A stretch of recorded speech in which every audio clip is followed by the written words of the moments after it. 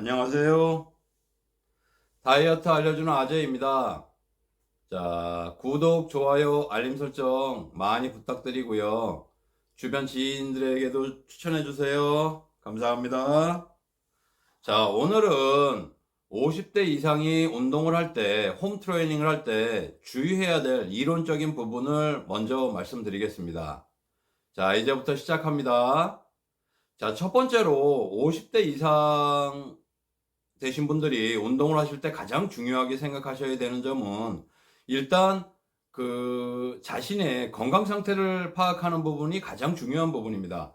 운동은 과학이다라는 얘기처럼 운동은 자기 자신의 체력과 이 건강 상태에 비해서 운동 프로그램이 짜여지기 때문에 실질적으로 건강에 아무런 이상이 없다고 판단이 들었을 때 운동의 강도나 프로그램 자체를 정상적으로 짜서 운동을 시행하는 부분이 가장 중요하고요. 심혈관 계통에 문제가 있으시다든가 근골격 계통의 문제, 뭐 여러 가지 건강 문제 부분이 조금이라도 있으신 분들은 그 상황에 맞는 형태의 운동 프로그램 자체가 중요한 부분이기 때문에 항상 건강 상태를 자신의 파악하는 부분이 가장 중요한 부분이라고 할 수 있고요. 두 번째로 말씀드릴 부분은 뭐냐면 50대 이상 부분 같은 경우, 남녀 같은 경우에는 일단은 운동을 처음 해보시는 분들 같은 경우에는 운동에 대한 자각도라든가 운동을 할 때의 자각도, 그러니까 어느 정도 힘드냐 안 힘드냐, 뭐 많이 힘들다 적게 힘들다에 따라서 실질적으로 프로그램이 달라져야 되고요. 그리고 무엇보다 중요한 부분은 초급자분들 같은 경우는 특히 근력 운동을 시행할 때는 처음서부터 이 프리웨이트, 그러니까 덤벨이나 바벨을 가지고 하는 운동을 해서는 절대 안 되시고요. 자세가 완성되지 않은 상태의 운동은 상해만 초래할 뿐이지 상당히 좋은 형태의 운동은 아닙니다. 일단 맨몸 운동으로 일단 근육량을 어느 정도 조금은 만들어 주신 상태에서, 물론 근육량은 거의 유의하게 증가되는 단점이 있고요. 그런 상태에서 이 중량 운동을 해주시면 되고요. 그리고 세 번째로는 스트레칭이 상당히 중요한 편이세요. 왜냐하면 50대 이후 같은 경우에는 유연성이 상당히 떨어지기 때문에 운동 웜업을 하고 스트레칭을 꼭 해주시고요. 본 운동을 한 다음에 나중에 끝으로 스트레칭으로 운동을 맞춰 주셔야 됩니다. 스트레칭을 하는 이유 같은 경우에는 만약에 근력 운동을, 저항 운동을 할 때 한 이유 같은 경우에는 무산소성 운동 대사가 관여되기 때문에 실질적으로 몸에는 피로 물질인 젖산이 쌓이게 됩니다. 그 젖산에 쌓이는 부분을 웜업이 정리 운동을 하고 쿨다운을 하면서 젖산 자체가 어느 정도 약간 에너지원으로 당신생 형태로 해가지고 에너지원으로 이용이 되다가 또 스트레칭으로 어느 정도의 젖산 축적 자체가 조금이라도 이렇게 없어지는 장점이 있기 때문에 실질적으로 스트레칭의 중요성이 중요한 부분 중에 하나고요. 스트레칭의 중요성은 더할 나위 없이 중요하기 때문에 항상 해주셔야 되는 부분의 장점이 있고요. 유연성 증가를 평소에 스트레칭을 통해서 하시게 되면 나중에 밖에 다니실 때 어떠한 동작에 의해서 강하게 근육이나 인대나 건 부분이, 특히 뼈 부분도 강하게 충격받아서 상해를 입으실 수 있는 단점을 시킬 수 있는 장점이 있습니다. 그러니까 스트레칭 운동을 하게 되면 평소에 이렇게 밖에서 걸으실 때나 달리실 때나 어떤 생활하시면서 동작을 하실 때 상해 부분, 근골격계, 뭐 삔다든가 뭐 여러 가지 부분, 골절이 된다거나 하는 부분을 스트레칭 운동으로 어느 정도 방지시킬 수 있는 장점이 있는 부분도 있습니다. 그리고 네 번째로 말씀드리고 싶은 거는 근력 운동을 하심에 있어 가지고는 이 5대 영양소, 그러니까 3대 영양소 외에 비타민, 무기질까지 골고루의 영양 섭취를 골고루 해주셔야 된다는 말씀이세요. 왜냐면 실질적으로 탄수화물은 혈중의 포도당 형태로 저장되거나 간이나 근육 부분에 글리코겐 형태로 해가지고 저장되다가 나중에 운동을 시행할 시에 그게 에너지원으로 처음에 혈중에 있는 포도당이 이용이 되고, 두 번째로 간이나 근육 부분에 저장되어 있는 포도당의 저장 형태인 글리코겐이 이용이 되고, 세 번째 지방 조직이 이용이 되는데, 글리코겐이나 포도당, 탄수화물 섭취를 아예 안 하시게 되면 글리코겐이라든가 포도당의 농도가 너무 낮게 되면 지방 조직을 동원해서 인체는 절대로 에너지 소모를 하지 못하세요.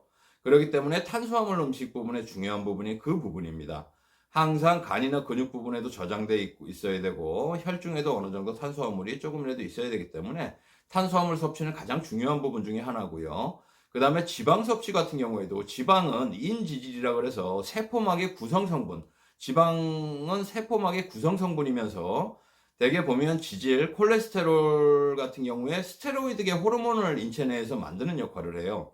지방 음식을 먹게 되면 스테로이드계 호르몬을 만드는 역할을 하는데 대표적인 스테로이드계 호르몬이 보통 알도스테론, 그 다음에 코티솔, 그 다음에 테스토스테론과 에스트로겐 형태의 호르몬이 있는데 실질적으로 알도스테론은 신장에 있어가지고 수분을 조절하는 역할을 해가지고 혈압 조절하는 부분의 호르몬이지만 코티솔 같은 경우는 실질적으로 지방 섭취를 안 해서 코티솔의 분비 자체가 제대로 안 된다 그러면은 지방 대사 자체가 완전히 되질 않습니다.